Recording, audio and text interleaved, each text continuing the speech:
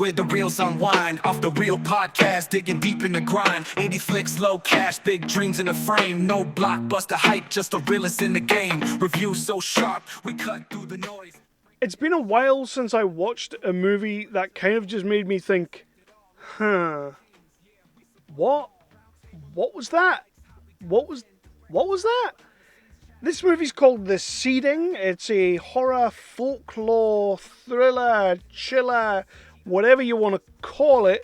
And honestly, there's a lot to unpack here. Most importantly, I don't really know how I felt about this movie. I will do what I always do, and that is to talk about the plot of the movie with as few spoilers as humanly possible. Not many spoilers I can give you here. And then I'll get into the cast and crew of this movie. I'll talk about what I did and didn't like about this movie, which will probably end up being some sort of therapy session. Then I'll get into my nerdly present of the real review rating, which, yeah, that's also probably going to be some sort of therapy, and we'll figure out how therapy went with my review. You can also go over to nerdly.co.uk, which is your favourite British website for all of your news, reviews and exclusive interviews. People over there may have already reviewed this movie, so do go and check out what they thought. It's always good to see what other people thought, especially when you're listening to someone who, you know, is very confused about what he thought of this movie. So I am going to start with the IMDb synopsis, and then we'll go from there. I'll dig a little bit deeper, although the synopsis pretty much does tell you everything you need to know. A man finds himself trapped in a desert canyon with a woman living off-grid who is captive to a pack of sadistic boys. That's the plot. So what's it really about? It's pretty much that. It is pretty much that. So we start the movie with Wyndham Stone. He's going to be our main character, and he's kind of out in the desert, the sort of kind of outbacky desert kind of thing, and he's walking around, and he bumps into this little boy who's hiding in the shade, and he wants to help the boy, as any normal human being would want to, but the boy kind of gets turned around. He's like, look, I don't want to go that way, I want to go this way. Wyndham's kind of like, but we need to go this way, because if we go that way, my phone's going to stop working, and I need my phone to work. The boy totally goes nuts and just runs off in the other direction, so Wyndham's kind of left by himself. So he does what any rational human being would do and falls asleep in the middle of the desert for no real reason.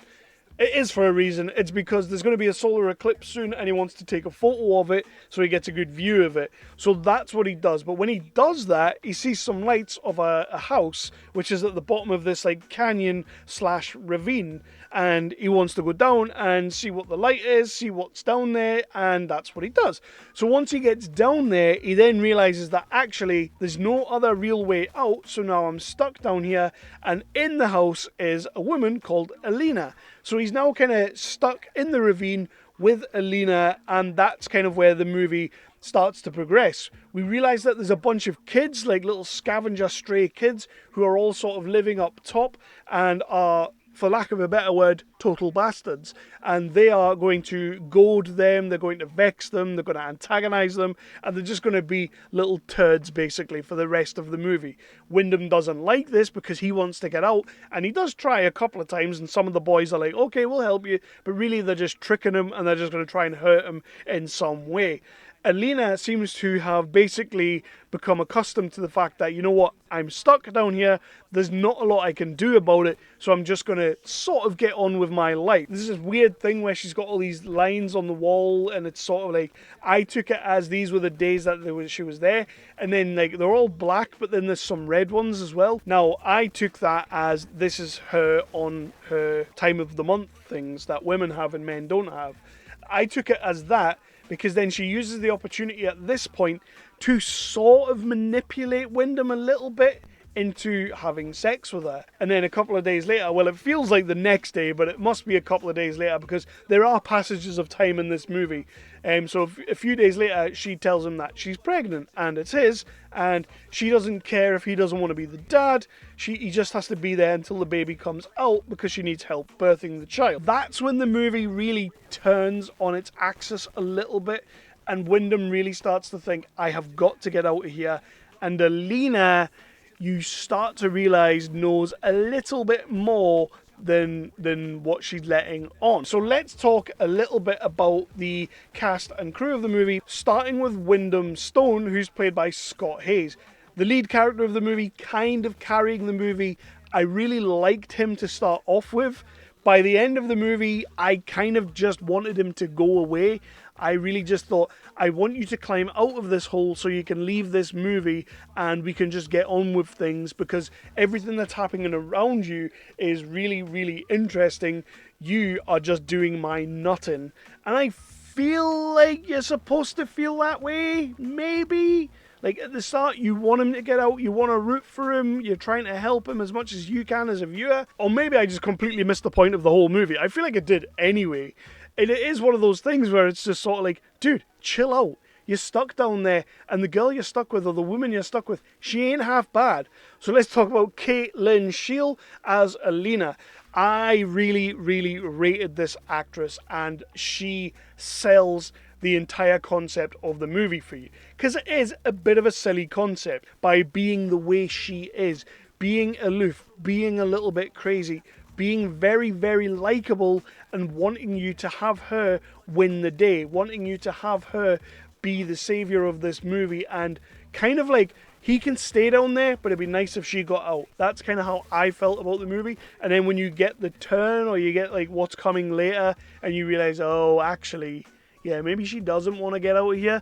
Like, I loved all of that. I thought Caitlin Sheil played this wonderfully. She does sell the movie for me. You do have some of the boys in this movie. You don't see a great massive deal of them, but one of them, I believe it's Alex Montaldo, just looks the part. He looks sadistic and just weird. Plain weird. And the way they've got him acting in this film, I genuinely thought he's my character. He's the best character of the movie. I want to see more of him, and I want to see him do some really ill shit.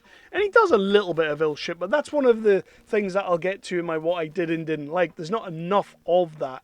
But yeah, all in all, I think the guys that play all the kids are fantastic. I think our main cast, Scott Haze and Caitlin Sheil, they are brilliant. I mean, I did lose a little bit of interest in Scott Haze. He's just whiny as shit. He really is a whiny little bitch in this movie. And I'm sure if he really, really tried, he could have got out of there. Caitlin Sheil, though, absolutely 100% just sells the concept of this movie. And it is a bit of a ridiculous concept. Let's get into what I did and didn't like. I'll talk about the director in a little bit, but I want to talk about what I did and didn't like here. And the first thing is, this movie is gorgeous. It's picturesque. When you see sort of the stuff outside of the ravine, it all looks amazing. Sweeping landscapes. It looks gorgeous. Landscape for miles. You know, you can't really see the horizon. It's absolutely gorgeous. You could pull a shot from this movie and you could put it up on your wall. It looks that nice. And even when you have the overhead shots of the ravine looking down at the little house that they're living in, I really, really like that as well. It adds a ton of character to the movie. But it kind of also made me think, so where are the kids living? And that's one of the things I wasn't keen on. We didn't know anything about these kids. They were just stray kids who'd kind of lost their way and were now all living in the outback or in the desert or whatever, and basically feeding this woman, sending her food down, and then every now and then sending her a man down to kind of, I don't know, procreate or whatever. So you don't get a massive great deal of world building from these kids. You don't really know who they are or why they even are the way they are. I wanted to know where they were living. Like, genuinely wanted to know where they were living. And they are really hardcore at times. There's a couple of really cool deaths in this movie. One fantastic death, which I think is absolutely just physically impossible. They basically string a kid up in the ravine from one side of the ravine to the other with these cables, and I'm sitting there thinking, how the hell have they done that? Without one of them climbing down, walking to the other side, and climbing back up. How have they done that? Maybe that's what they did. But I was just like, it's such a cool moment, and imagery-wise, it's absolutely iconic, and it looks amazing. But yeah, I feel like they got lost in the imagery and didn't really think about, so how did these kids even do this? You know what I mean? So that's one thing that sort of was a little bit of a downside for me. This film's an hour and 40, which doesn't sound like too long. But when your opening part of this movie, when your opening, like, first 2/3 of this movie are as slow as they are, I didn't need it to be as long as it is. I feel like we could have easily cut out 5-10 minutes of this movie and we're not really losing much. We have some crazy imagery in there that I really, really liked, but it was just sometimes there was these shots that just lasted a little bit too long. Just cut them a little bit, give me something else. And I always like to come back from a negative with a positive, and a positive here is Barnaby Clay, as the director, has done a wonderful job. He's also written this movie. I genuinely think if this is his first feature film debut, which it probably isn't because it is very accomplished, but if it is, massive tip of the cap on that as well, because it is so bloody accomplished. I think he's done a great job. He's got an amazing team together to bring this whole thing together, to make it look as nice as it does, as good as it does. Is this the most original plot of a movie that I've ever seen? Not really. I can't think of anything off the top of my head that this movie is kind of taking from, but it does remind me of a lot of bottle movies that I have seen. You could probably even say that movie The Hole with Keira Knightley from way back. You could probably say it's a little bit like that. You could liken it to Lord of the Flies if you wanted to. There are movies out there that are very much like this movie, and I did read one person saying that it's very much like this Japanese movie that they had seen about this person getting stuck in a sand pit or sand dunes. But it's okay to take inspiration. I have absolutely no problem with that. I hadn't seen that movie, and this movie didn't really make me think of those movies until I really started to think about it for this review. But the way he's made the movie and the way he kept me engaged for the entire runtime, I can't have any complaints. The only time I sort of lost my way with this was when Scott Haze was doing some ridiculous madcap out there acting, but I mean that's what the character would have done in that situation, so I can't fault it too much. I like what Barnaby Clay has done here, and he has made me think I need to see what else he's going to do. I need to see what else he has done, and I am very intrigued to see what he brings us next. The only other thing I'd maybe knock it down from is the score is very overpowering at times. I think it's supposed to be so that it sort of knocks off your cerebrum a little bit and so that you're a little bit off kilter, the same as the characters. But there are times when the score, I had it on the TV and I had it blaring, and the score at times knocked my head off a little bit. I'm going to get into my final Nerdly Presents Off the Reel review rating. Honestly, I'm going to give this movie a 4 out of 5. It's hard to knock it down any more than that because it doesn't do anything wrong. It does look really good. It is very well made. I just thought the slow burn nature at the start of the movie was a bit too slow. I thought the concept of being stuck down in the ravine with the kids up the top just felt a little bit jarring as to why on earth are they even doing this? And then when they do turn up down in the ravine to mess with Wyndham a little bit, why? Why, apart from just being evil little sadistic twats? But if you're going to be evil little sadistic twats, show me more of that. Show me why you're doing that. There is these cultish moments where we get flashes of them like doing chants and things like that. Show me a little bit more of that. Explain a little bit more of that to me. Then I maybe would have went a little bit higher in score, but I can't really on this one because although it's not doing anything wrong, it just left me with far too many questions by the time the movie had finished. And it didn't really answer too many, if I'm honest. But I'm going to give it a 4 out of 5. It's a very respectable 4 out of 5. I think people definitely should check out this movie. I think people will really enjoy it. If you like folksy horror, slow burn thrillers, you're definitely going to enjoy this. It'll be right up your street. And that is my cup of tea. I do like stuff like that, which is why I got a kick out of this movie. I enjoyed this movie. It was a brilliant little flick from a director I didn't know and I'm now well aware of. So Barnaby Clay, you have my vote. I will be checking out absolutely anything you do going forward. I'd love to talk to you about this movie at some point because I do have questions, so I would like to talk to you about this movie. Yeah, I just enjoyed it. It's a 4 out of 5. Please do check it out. If you get a chance to see the seeding, or if you have seen the seeding, then please do hit me in the comments down below with what you thought of the movie. Let me know if I am wrong, if I'm right, what you agree with, what you disagree with, your take on the film, what you thought it was all about, or if you had no questions because you felt like it answered all the questions, hit me in the comments down below. I'll answer anything you put down there. It's where the conversation continues. It always will continue down there.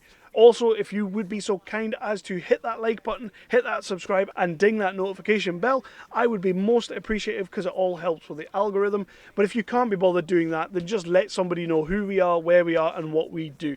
We might not be your cup of tea, but we could be somebody that you know's cup of tea. So please do all that. Head over to nerdly.co.uk, your favourite British website for review news, reviews and exclusive interviews. In the meantime, this was The Seeding, directed by Barnaby Clay, starring Scott Haze and Kate Lynn Shield. And yeah, both of them did a fantastic job, and it gets a 4 out of 5 from Nerdly Presents Off the Reels, Kevin Halden. That's me. So if I don't see you in the cinema, I'll see you in the next review.